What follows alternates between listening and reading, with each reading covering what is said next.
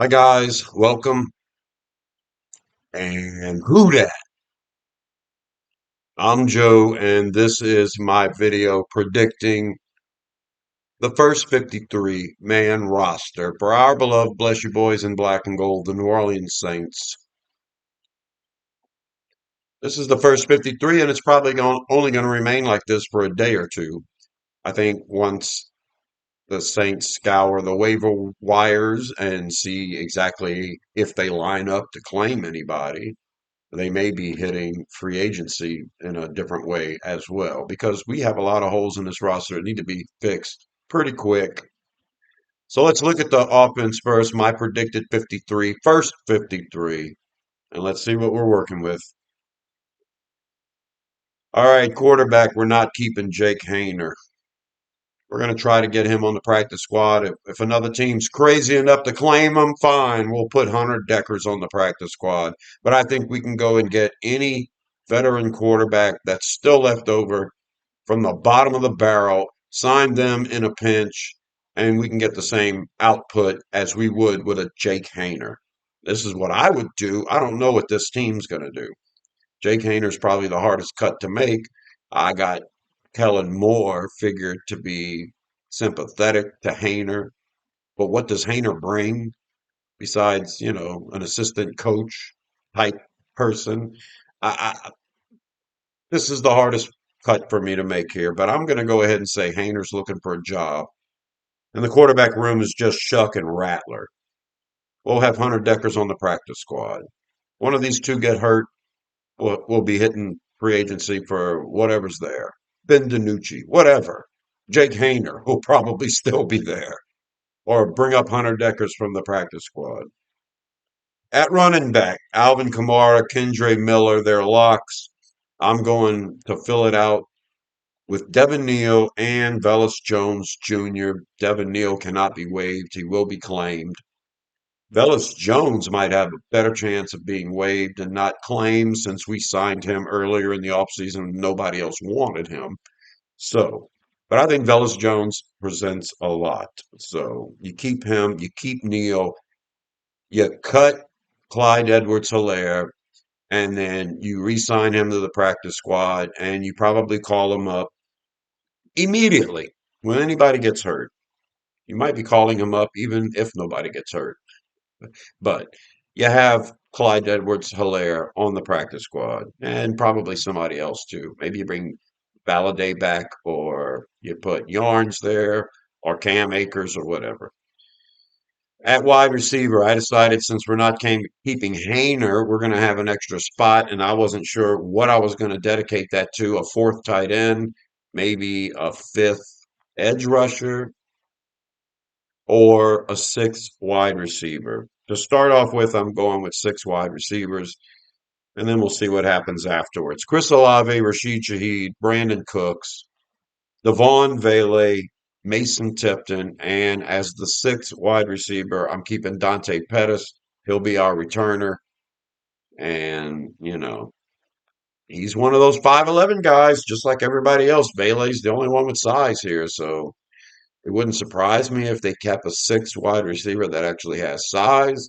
But the only one in play right now, in my opinion, is either Kevin Austin Jr. or Cedric Wilson. And yeah, I'm not impressed.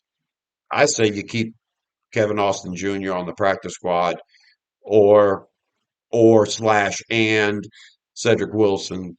Call one of them up if you need a body. But other than that, you'll have six on the team. Pettis as a returner. Okay. Tight end, Juwan Johnson. And because you're waiting on Foster Moreau and Taysom Hill, and both of them are on your pup list, you're going to have to finish out this depth chart with Jack Stoll and Trayton Welch. I would put either Michael Jacobson or definitely Moliki Mataval on the practice squad and pray for the return of Foster Moreau and the health of Juwan Johnson, who, by the way, graded pretty poorly in preseason, and he just looks like the same old Juwan Johnson right now. I'm not impressed. We need something else. Oh, Lord. But yeah, Foster Moreau can't come back soon enough. At tackle, this is where I come into a problem. Landon Young gets carted off the field as of my recording here at 7:40 p.m. on Sunday night, August 24th. We haven't made an announcement yet about the health of Landon Young. If he's only going to miss a couple of weeks, you keep Landon Young on the roster. But he got carted off the field, which means he's probably going to start the year on IR if it's one of them temporary things, or he may just be put on IR and miss the whole year. We don't know yet. But Landon Young is where that asterisk is at. If he's healthy and he can come back in a couple of weeks, maybe, less than 4 weeks, then yeah, Landon Young's on this team at tackle. But I'm going to assume Landon Young's going to miss the year, or at least a large chunk of it, and start on IR, pup list, whatever you want to call it. And yeah, if that's the case, maybe you can only keep two on the pup at a time, and you already got Morrow and Taysom Hill there. Maybe Taysom Hill retires. Maybe we cut Taysom Hill, and then we put Young on the pup list. All kinds of things could happen. So that asterisk is very important. Player I have written is Barry Wesley. He's not good enough to keep. I think you can go and get a free agent, no cost free agent right now that's out there that could give you what Wesley's giving you. Maybe someone gets waived that you're able to pick up and they are somewhat comparable to Wesley, but Wesley is just a stopgap here. So, yeah, he's going to count as a member of the first 53, but that's one we're trying to get rid of sooner rather than later. And I've told you the caveats. Young stays healthy, keep him on the roster. If he's going to miss at least 4 weeks, you keep Wesley on the roster, and in a couple of days, you cut Wesley and put somebody else there. Practically anybody else there. And another questionable pick behind right tackle Fuanga is going to be Jonathan Mendoza. He's a huge man. He's shown to be inconsistent in the preseason, but he's really young. He's an undrafted guy, and I would keep him on the roster as of right now, unless you can improve on that player with, let's say, another bottom of the barrel free agent or a tackle that got cut by another team that you just so happen to luck out and get on your waiver claim. So, yeah, if you don't carry Wesley and Mendoza, you're going to end up having two players nobody else wanted. So we're in trouble when it comes to backup tackle. Man, I hope Landon Young's only hurt for a couple of weeks and he can come back and be that backup.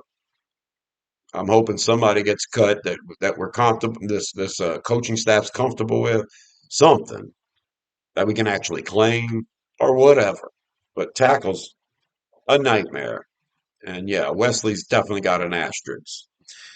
At guard, Trevor Penning, Cesar Ruiz, Dylan Reduns, Torricelli, Simpkins. Simpkins can highlight as a center. That's great. Reduns can highlight as a tackle, albeit not very good tackle. Great, because Penning's hurt right now. And Ruiz graded out as one of the worst offensive players this preseason. So we're struggling at starting guard, in my opinion. Backup tackle for sure. Starting guard, yeah. They play at their best and we'll be all right. But okay. And then at center, you got Eric McCoy. And I'm keeping Shane Lemieux. I don't care that we just traded Colin Saunders for Fortner. Fortner's can't be better than Lemieux. And if he's comparable to Lemieux and you want to keep Fortner because of the youth and everything else, go right ahead. You keep Fortner, you cut Lemieux, you put Lemieux on the practice squad. So there you go. That is the predicted 25 players on offense. Now let's look at my predicted first 53 players on defense. Defensive end's the hardest thing for me to do here. I don't like keeping Nathan Shepard. I don't know if we have much options after that. I mean, you're talking about Jonah Williams, who can rush the passer and can probably stand up from time to time as an edge rusher, but is he going to be good against the run? Nathan Shepard's not great against the run. Vernon Broughton's showing some stuff. Jonathan Bullett's supposed to be good against the run. I think we're weak at defensive end. Brian Bresee was never good against the run. So your defensive ends are Brian Bresee, Nathan Shepard, Vernon Broughton, Jonathan Bullard. And you're looking to improve on that real fast. You hope Broughton can turn out to be something. and Brian Bresee gets better because you're keeping Bresee as a pass rusher. But yeah, I don't like our depth at defensive end. I wanted a big body defensive end in this past draft. You'd have had to trade down with one of your earlier picks and pick up additional picks to be able to fill that void. But it's a void. And then at defensive tackle, which is basically just nose tackle, you've got Davin Godchaux and Christian Boyd. If one of them gets hurt, Broughton can highlight there at nose tackle as well. You keep somebody like Peavy on the practice squad or Jonathan Ridgeway, but he may be placed on IR. Let's see what happens. I'm not a fan of the defensive line. I love Gottschall and I love Bresee rushing the passer, but other than that, it's iffy. Vernon Broughton needs to step it up. Christian Boyd, to me, is just okay. All right, outside linebacker, which are your edge rushers? I've got Chase Young, Carl Granderson, Cameron Jordan, and Chris Rump. Now, if you don't keep six wide receivers, that six wide receiver, Dante Pettis, you may want to use the additional pick for an edge rusher. Another outside linebacker, Fadil Diggs would be that man. So, in my opinion, you've got a choice. Keep Fadil Diggs and have an extra defensive player, or keep Dante Pettis. Right now, I've got 25 offensive players, 25 defensive players. But yeah, that's an option. You don't keep Pettis, and then I think Fadil Diggs would be the next man up. That would be right here at outside linebacker. Or you could limit the number of inside linebackers, add Fadil Diggs as a fifth edge rusher, and get rid of one of the five middle linebackers that I've selected here: Demario Davis, Pete Werner, Danny Stutzman, Jalen Ford, and Isaiah Stallbird. I think Stallbird is a keeper, especially if you don't keep JT Gray, which I don't. I think you need a presence on special teams like Stallbird. Ford is a very good player. On special teams, he's all right. And as a linebacker, he's showing a lot. So there is the caveat. Do you cut, pardon me, waive Fadil Diggs or Jalen Ford? Fadil Diggs is this coaching staff's seventh round pick from this year. So that favors him. However, Jalen Ford was a fifth round pick last year, and although this coaching staff didn't grab him, there are two former Texas coaches that are now on our defensive coaching staff, and they know how good Ford can be. And Ford played a ton of special teams in college. So I'm leaning towards Jalen Ford and letting the seventh rounder and Fadil Diggs hit the waiver wire, and then hopefully we can keep him.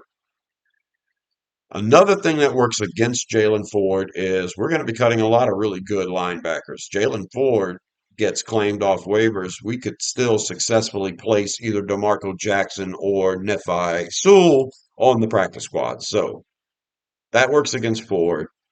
You don't mind losing Ford if you know you still got a really good special teamer and a decent linebacker in Sewell or Jackson there. You lose Fadil Diggs, you're hoping you can still hold on to Jasheen Davis or Jonah Williams or somebody like that. I think that middle linebacking core is deeper than the edge rush core. So all of those caveats are there. This is my final first 53. So let me know in the comments what you think. At cornerback, we're keeping five, and at safety, we're keeping five. I want a total of 10 DBs, and you can break it up any way you want. If you don't keep Rajon Wright at cornerback, maybe you keep JT Gray. Maybe you keep Terrell Burgess since he's a nickel potential. But the way I have it is Alante Taylor as your lead nickel, Kool-Aid McKinstry, Isaac Yiadom starting on the outside, Quincy Riley, and Rajon Wright as your backup outside. Man, that is good. Justin Reed, Julian Blackman as your starting safeties, Jonas Sanker and Jordan Howden as your backups, and then Ugo Amadi, the all-important backup nickel. I love Amadi. Amadi's looking pretty good to a lot of people in preseason. Well, it's because this defense is going to utilize the nickel. And I see what Amadi's doing in preseason. I like it. And then I picture Alante Taylor, who's a much better athlete, much better football player doing it. And I get real excited. So The only caveat for DBs, like I said, you don't keep Wright. Maybe you keep JT Gray. Other than that, because JT Gray's a good special teamer, but he's never been a decent DB. And I think Rajon Wright would definitely get claimed. There's a lot of teams out there that respect JT Gray as a special teamer, and they might grab him if you cut him. But JT Gray is closer to the end of his career and never was a great safety. And you have to make some hard cuts, and that's a tough one. All right, that's the defense. And then on special teams, you got three players left. Long snapper Zach Wood, kicker Blake Grupe, the MVP of the offseason so far.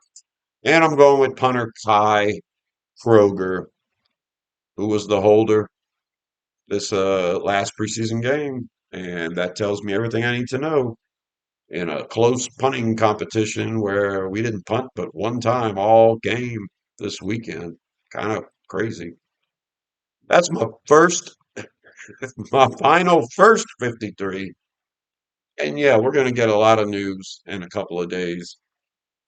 Cut Everybody's cutting down on Tuesday, and there's going to be a lot of movement. These players aren't going to stay this way. But there you go. That's my prediction. It's in black and white. It's in concrete. It's in color film. It's subscribe to Rosenfield 10 if you want more crazy videos about the Saints. And until the next one, I'll talk to you later. Who